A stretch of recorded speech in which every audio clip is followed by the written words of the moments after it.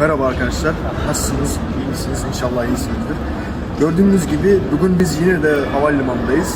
Şu anda müşterimiz Yusuf Kan Türkiye'den gelmiş bulunmakta ve şu anda onu karşı aldık. İnşallah güzel bir şekilde de işe yerleştireceğiz. Kan, ne demek istersin?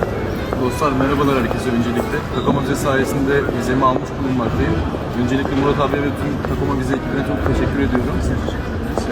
Bundan sonrası için de en iyisinin olmasını diliyorum ikimiz için de.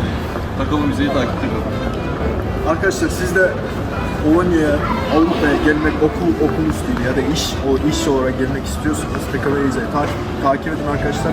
Takoma Vize'yi arayıp Instagram'dan yüz tutabilirsiniz arkadaşlar.